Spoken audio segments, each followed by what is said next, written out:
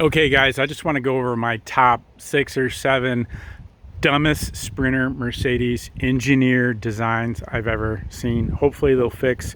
Some of them are kind of petty, just annoying, and some of them are downright lethal, and hopefully they'll get like some sort of pressure on them or a class action suit to update them or change them. But these engineers, I don't know where they come from, but they should be fired. Anyway, here it is. The list. I'll start from the bottom of the kind of more petty things to the more dangerous things.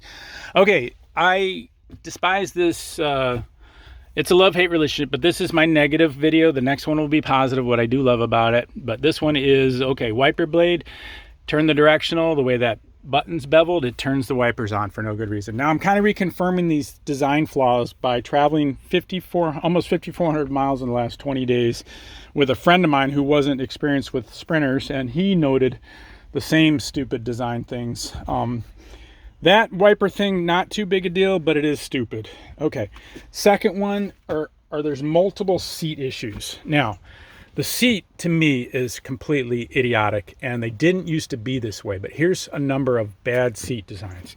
Okay, you got this calf blaster knob, which didn't used to be there. This thing just annoys you the entire trip. They're on both seats. They stick out. They hit you in the back of the calf. Now, of course, you want your leg to slide through here because you want to travel to the middle of the van or wherever you want to go. Sometimes it's easier to get out the passenger door, etc. And this is going to clip you in the calf, and then this new addition of this cup rest is going to be annoying there too. Then you got the moronic, absolutely idiotic emergency brake that is going to clip you in the ankle and bring tears to your eyes because you're walking this way through the center of the van. I've actually had it catch my shoelace and hang me up. It's just so poorly positioned. It doesn't need to be here. It's been here forever. It is dumb. It should be over there on the floor like the American push pedal ones, out of the way. Open up this area. Okay, the next seat one is the dumb, this is a seat cover, but I think I mentioned it already, this silly little adjustment that if you hit this thing, the seat expands, you get in and out of the van, your own leg will clip this little handle that's under the seat cover. It'll expand the seat annoyingly and readjust it on you every time. Okay, the headrest is dumb. It really is a redesign. I don't like these bent things. They're not the best position. That's kind of petty. But one that is really annoying is the recline knob. Okay, you get a recline knob that nobody ever can find. Nobody ever rides in this van who doesn't know the van. And you got to jam your hand in here where it doesn't fit. And you get to turn this thing 100 times to get recline out of it and 100 times to bring it back up. Now, give me a regular seat where you flip the knob and you push the seat back, it reclines as far as you want, and then you flip the knob again and it springs back up. You're done in 2 seconds. Try driving, jamming your hand in here to adjust the seat knob, which your hand doesn't fit. It's a horrible, horrible design. Okay, then we have the hazardous sharp metal. This thing has scraped my wife's leg and has torn my shorts. Cover this thing up. It's nasty.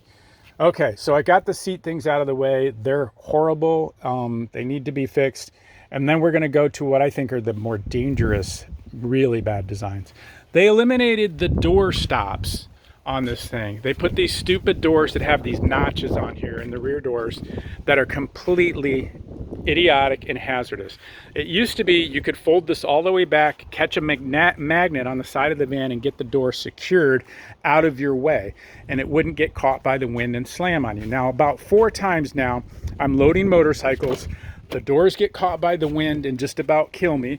They've hit the ramp because the door swings and hits my ramp right here, and it bends the bottom of the door just like this one bent, chips the paint off, and there's no way to stop it unless you strap the door to the body of the van.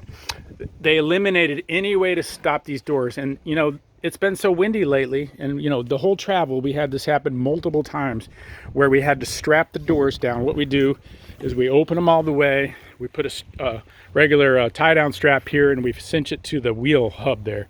And that's the only way to be safe loading and unloading this thing with any item. If you're going to use a ramp and like a dolly, and imagine you're like a cargo guy or anybody, you're getting in and out, and these doors are a camper, you're sitting here having lunch, hanging out in the back, and the door just slams shut on you. You can get your hand caught, the thing can whack you while you're trying to load a bike.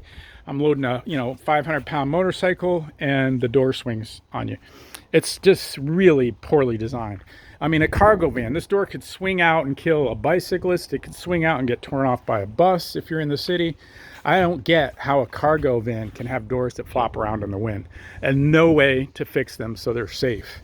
And they took that away. My old Sprinter had, like I said, the magnetic catch, and it could go all the way open. Okay, so we're gonna come to the final one where I think they need like a class action suit. Hopefully you guys will put pressure on them.